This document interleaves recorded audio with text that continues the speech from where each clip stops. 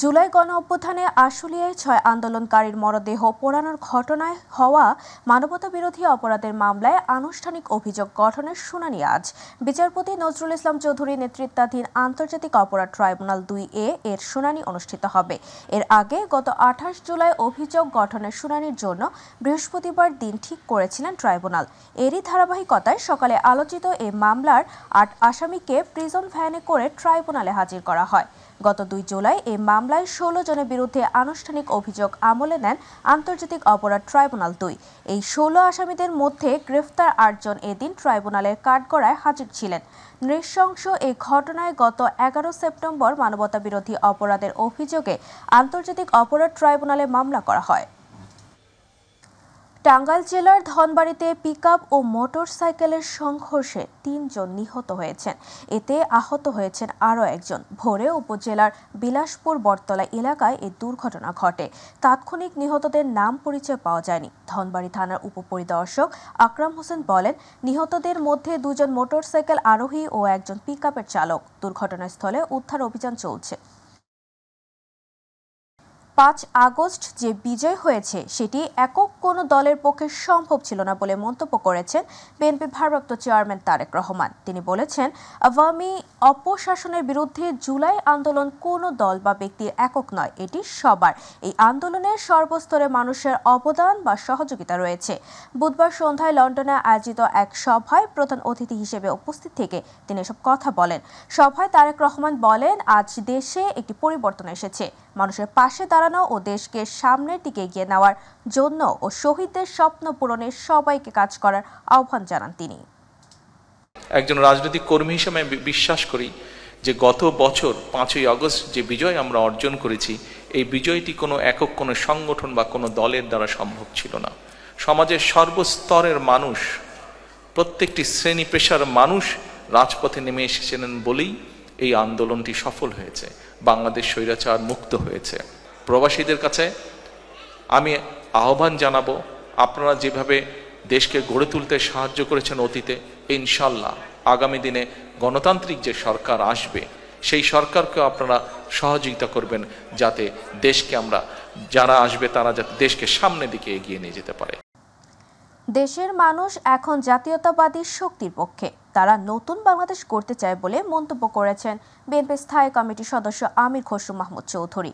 বুধবার বিকেলে Chittagong new market মোড়ে জুলাই গণ অভ্যুত্থান দিবসের প্রথম বর্ষপূর্তি উপলক্ষে চট্টগ্রাম মহানগর উত্তর ও দক্ষিণ জেলা বিএনপির আয়োজিত বিজয় র্যালি পূর্ব সমাবেশে তিনি এসব কথা বলেন। আমির খসরু বলেন, বিএনপিতে বিশৃঙ্খলার কোনো জায়গা নেই। ৫ থেকে ৬ হাজার জনকে দল থেকে বহিষ্কার করা হয়েছে। সুশৃঙ্খল রাজনীতি বিএনপির মূল চর্চা। তিনি আরো বলেন, দেশের মানুষের মালিকানা ফিরিয়ে দেওয়ার সংগ্রাম চলছে।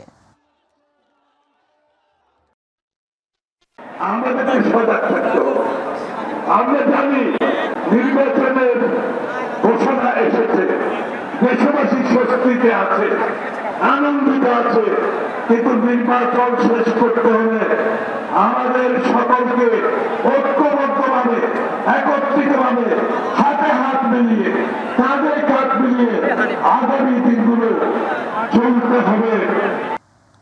দুর্নীতির অভিযোগ, বদলির নামে ১০ কোটি টাকার বাণিজ্য, প্রকল্পের অর্থ আত্মসাৎ ও ঘুষ না দেওয়ায় গাছ ও মাছের ঘের কেটে ফেলার মতো অসংখ্য অভিযোগ সত্ত্বেও চট্টগ্রাম অঞ্চলের বন সংরক্ষক ডক্টর মোল্লা রেজাউল করিম রয়েছেন বহাল তবিয়তে। দুদকের অভিযান, জিজ্ঞাসাবাদ সহ নানা পদক্ষেপ পরও দেশের গুরুত্বপূর্ণ অঞ্চলে বহাল তবিয়তের দায়িত্ব পালন করছেন অভিযুক্ত কর্মকর্তা। চট্টগ্রাম থেকে মামুনুর রশিদের ক্যামেরায় নুরুল কবিরের রিপোর্ট, জানাচ্ছেন জুবাইর রহমান।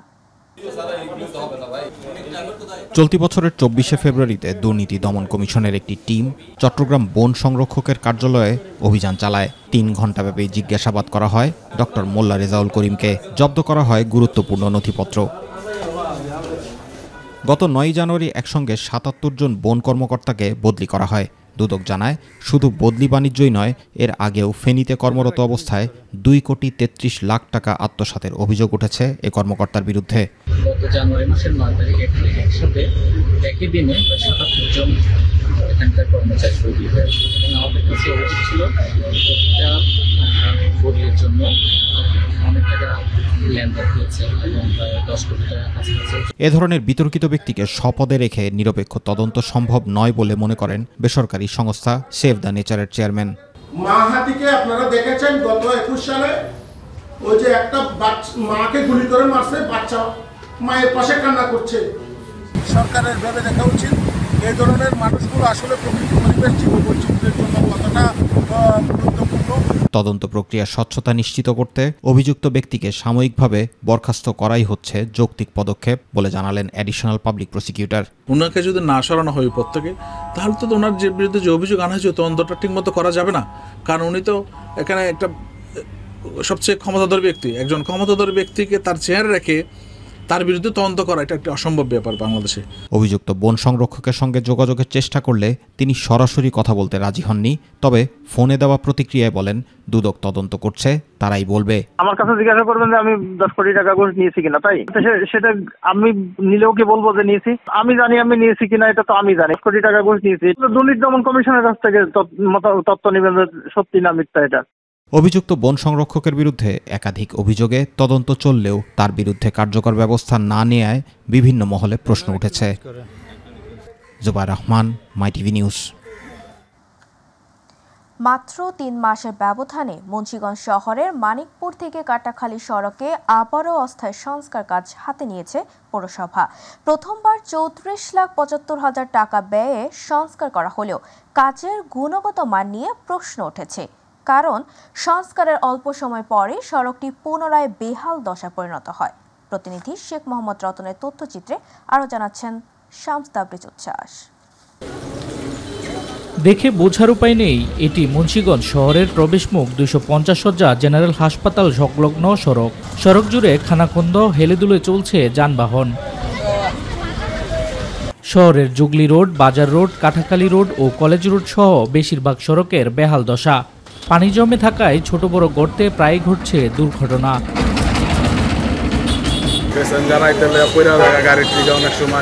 অনেক সময় রোগী অসুস্থ হয়ে যায় আরো বেশি। এটা হলো এখানে রোগী নিয়ে আসা যাওয়া এবং মুন্সিগঞ্জ থেকে আপনার ওদিকে মুক্তারপুর বের হইতে বা সুবেপাড়ার দিকে বের হইতে এই রাস্তাটি ব্যবহার করা হয় মূলত। শহরবাসীর অভিযোগ, 3 মাস আগে প্রায় 35 লাখ টাকা ব্যয়ে সংস্কার কাজ করলেও নিম্নমানের সামগ্রী ব্যবহার করায় আবারও বেহাল দশায় পরিণত হয়েছে সড়কগুলো। একদিকে যেমন জনগণের ভোগান্তি বাড়ছে, অন্যদিকে অপচয় হচ্ছে সরকারি অর্থের।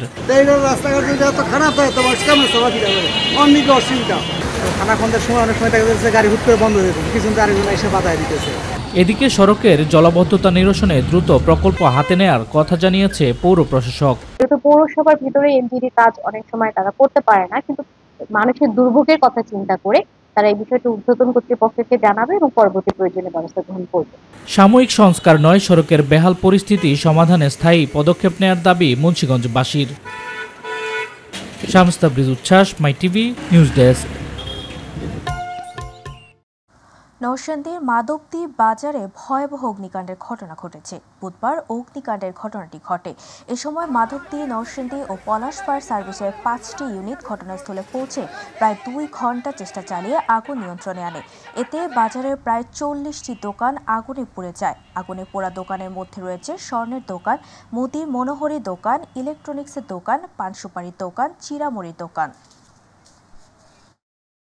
জুলাই গণ অভ্যুত্থানের ধারাবাহিকতায় 5 আগস্ট আওয়ামী ফ্যাসিবাদের পতন ও ছাত্র জনতার বিজয়ের বর্ষপূর্তি পালন উপলক্ষে কুষ্টিয়ায় বিজয় র্যালি ও সংক্ষিপ্ত সমাবেশ করেছে বিএনপি। বুধবার কুষ্টিয়া পৌরসভার বিজয় উল্লাসে অনুষ্ঠিত উক্ত সমাবেশে বিএনপির খুলনা বিভাগীয় সহ সাংগঠনিক সম্পাদক বাবু জয়ন্ত কুমার কুণ্ড, বিএনপির জাতীয় নির্বাহী কমিটির সদস্য ও সাবেক এমপি অধ্যাপক শহীদুল ইসলাম, স্থানীয় সরকার বিষয়ক সম্পাদক ও সাবেক এমপি অধ্যক্ষ সোহরাব উদ্দিন, সাবেক এমপি রেজা আহমেদ বাচ্চু মোল্লা, জেলা বিএনপির আহ্বায়ক কুতুবউদ্দিন আহমেদ, সদস্য সচিব প্রকৌশলী জাকির হোসেন বক্তব্য রাখেন।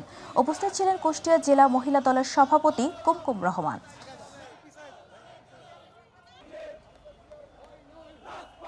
আপনারা জানেন, গতকাল আমাদের প্রধান উপদেষ্টা উনি বলেছেন যে ফেব্রুয়ারিতেই নির্বাচন হবে।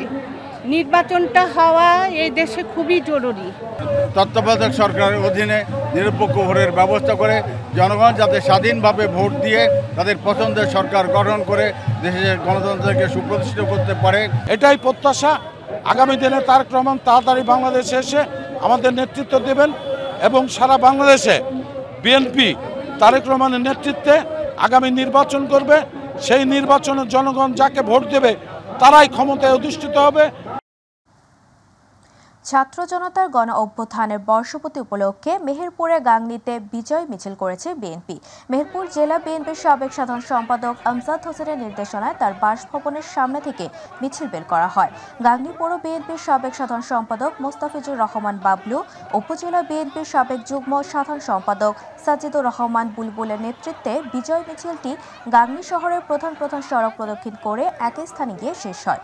এ সময় উপস্থিত ছিলেন রায়পুর ইউনিয়ন বিএনপির সাবেক সভাপতি নাসির উদ্দিন।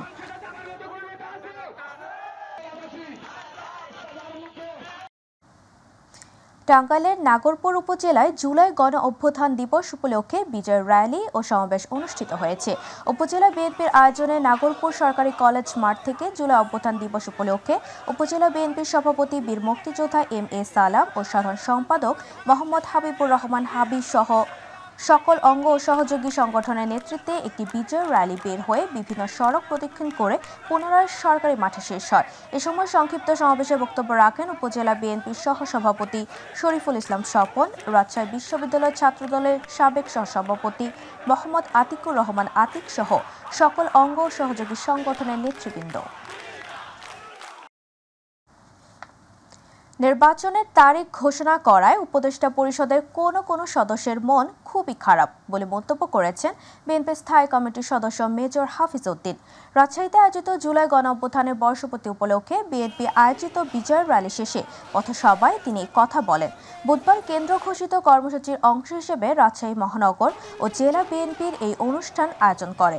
সভায় রাজশাহী মহানগর বিএনপির আহ্বায়ক অ্যাডভোকেট এরশাদ আলী ঈশা, সদস্য সচিব মামুনুর রশিদ মামুন, রাজশাহী জেলা বিএনপির আহ্বায়ক আবু সাইদ চাঁদ ও সদস্য সচিব বিশ্বনাথ সরকার সহ স্থানীয় নেতৃবৃন্দরা উপস্থিত ছিলেন। এই দল জিয়াউর রহমানের দল, বাংলাদেশি জাতীয়তাবাদের ধারক অনুসারী একটি রাজনৈতিক দল। আমরা জনকল্যাণের জন্য রাজনীতি করি, কিন্তু দেখা যাচ্ছে দুই একটি দল যাদের জনসমর্থন নাই, এদের মধ্যে কেউ 1971 মুক্তিযুদ্ধের বিরোধিতা করেছিল। তারা জানে জনগণ তাদেরকে ভোট দেবে না, সেই জন্য তাদের মন খুবই খারাপ। নির্বাচন না হলেই ভালো ছিল। তারা এই গত এক বছরের নির্বাচনের স্বাদ কিছুটা অনুভব করতে পেরেছে। তারা চেয়েছিল এই বছর এইভাবেই তারা দিন কাটিয়ে দেবে। জুলাই গণ অভ্যুত্থানের বর্ষপূর্তি উপলক্ষে বরিশালের আঘুলছাড়ায় বর্ণাঢ্য র্যালি ও আলোচনা সভা অনুষ্ঠিত হয়েছে। উপজেলা বিএনপি ও অঙ্গ সংগঠনের আয়োজনে উপজেলা সদরের আঘুলছাড়া সরকারি ডিগ্রি কলেজ চত্বর থেকে র্যালি বের হয়।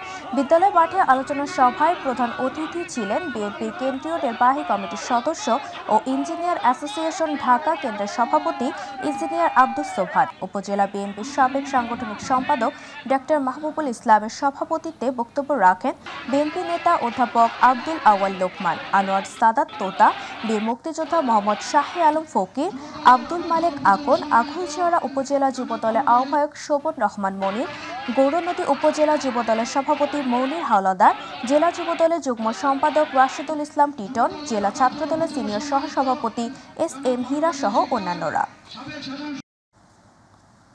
জুলাই আগস্ট ছাত্র জনতার গণ অভ্যুত্থানের প্রথম বার্ষিকী ও জাতীয় মুক্তি দিবস উপলক্ষে গণমিছিল ও সমাবেশ করেছে সাদুল্লাপুর উপজেলা জামায়াতে ইসলামী। সাদুল্লাপুর কেন্দ্রীয় শহীদ মিনার থেকে উপজেলার 11 ইউনিয়নের নেতাকর্মীদের উপস্থিতিতে গণমিছিল বের হয়ে উপজেলা শহরে বিভিন্ন সড়ক প্রদক্ষিণ করে। গণমিছিল শেষে উপজেলা জামায়াতে ইসলামী আয়োজিত এক সমাবেশে উপজেলা জামায়াতে ইসলামীর সভাপতি এরশাদ হকের সভাপতিত্বে সেক্রেটারি সিরাজুল ইসলামের সঞ্চালনায় বক্তব্য রাখেন জেলা জামায়াতের রাজনৈতিক সেক্রেটারি মাওলানা নজরুল ইসলাম লেপু, সাবেক উপজেলা জামায়াতে আমির মাওলানা আব্দুল রউফ সহ অন্যান্য নেতাকর্মীবৃন্দ।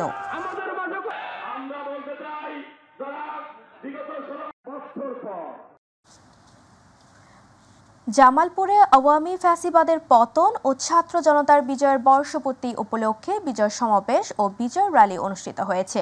বুধবার শহরের ফৌজদারি মোড়ে জেলা বিএনপি বিজয় সমাবেশের আয়োজন করে। জেলা বিএনপির সভাপতি ফরিদুল করিম তালুকদার শামীমের সভাপতিত্বে সমাবেশে বিএনপি জাতীয় নির্বাহী কমিটি সহ সাংগঠনিক সম্পাদক, জামালপুর জেলা বিএনপির সাধারণ সম্পাদক অ্যাডভোকেট শাহ মোহাম্মদ ওয়ারেস আলী মামুন, কেন্দ্রীয় বিএনপির জলবায়ু বিষয়ক সহ সম্পাদক মোস্তাফিজুর রহমান বাবুল, সাবেক সংসদ সদস্য সুলতান মাহমুদ বাবু সহ অন্যান্যরা বক্তব্য রাখেন।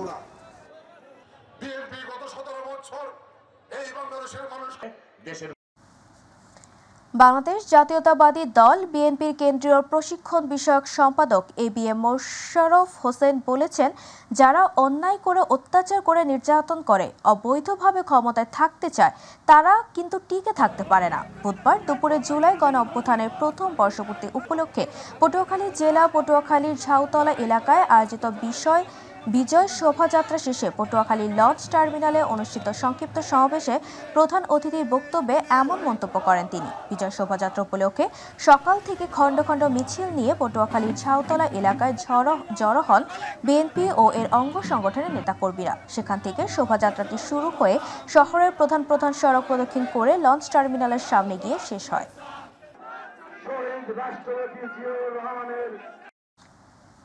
জুলাই গণ অভ্যুত্থানের বর্ষপূর্তি উপলক্ষে যশোরে বিজয় সমাবেশ ও বিজয় র্যালি শেষে একটি সংক্ষিপ্ত সমাবেশ করেছে জামায়াতে ইসলাম। যশোরে মনিরামপুর উপজেলা জামায়াতে ইসলামের আয়োজিত সমাবেশে প্রধান অতিথি হিসেবে উপস্থিত ছিলেন। এ সময় উপস্থিত ছিলেন জামায়াতে ইসলামের উপজেলা আমির অধ্যাপক ফজলুল হক, জামায়াতে ইসলামের উপজেলা নায়েবে আমির মাওলানা লিয়াকত আলী, জামায়াতে ইসলামের উপজেলা সেক্রেটারি মাওলানা খলিলুর রহমান, জামায়াতে ইসলামের উপজেলা সহকারী সেক্রেটারি হাসান হাবিব লিটন, জামায়াতে ইসলামের উপজেলা সহকারী সেক্রেটারি শামীম হোসেন। বরিশালের মুলাদিতে ছাত্র জনতার গণ অভ্যুত্থানে ফ্যাসিবাদ স্বৈরাচারী গণহত্যাকারী শেখ হাসিনা পতনের বর্ষপূর্তি উপলক্ষে আনন্দ র্যালি ও শোভাযাত্রা করেছে উপজেলা ও পৌর বিএনপি অঙ্গ সহযোগী সংগঠন। উপজেলা কেন্দ্রীয় ঈদগাহ মাঠ থেকে পৌর শহরের বিভিন্ন শহর প্রদক্ষিণ করে আনন্দ র্যালি ও শোভাযাত্রা করেন নেতাকর্মীরা। এ সময় উপস্থিত ছিলেন উপজেলা বিএনপির আহ্বায়ক শরীয়তুল্লাহ, সদস্য সচিব কাজী কামাল হোসেন, পৌর বিএনপির আহ্বায়ক এনামুল হক ইনু, সদস্য সচিব মিজানুর রহমান হাওলাদার, সিনিয়র যুগ্ম আহ্বায়ক হাবিবুর রহমান সাবু হাওলাদার সহ আরো অনেকে। দিনাজপুরের পার্বতীপুরে পঞ্চম শ্রেণীর এক শিক্ষার্থীকে ধর্ষণের চেষ্টার অভিযোগে পলাশ চন্দ্র নামে এক ব্যক্তিকে আটক করেছে পুলিশ। গতকাল বুধবার উপজেলার তাজনগর চরকডাঙ্গা সরকারি প্রাথমিক বিদ্যালয়ে এ ঘটনা ঘটে। জানা গেছে, সকালে ঝাড়ু দেওয়ার কথা বলে ওই শিশু শিক্ষার্থীকে বিদ্যালয়ের ছাদে ডেকে নিয়ে ধর্ষণের চেষ্টা করে দপ্তরি কাম প্রহরী পলাশ। পরে বিষয়টি জানাজানি হলে ওই শিক্ষার্থীর অভিভাবক ও স্থানীয়রা উত্তেজিত জনতা অভিযুক্ত পলাশকে আটকে রাখে। খবর পেয়ে পুলিশ ঘটনাস্থলে পৌঁছে তাকে থানা হেফাজতে নিয়ে আসে।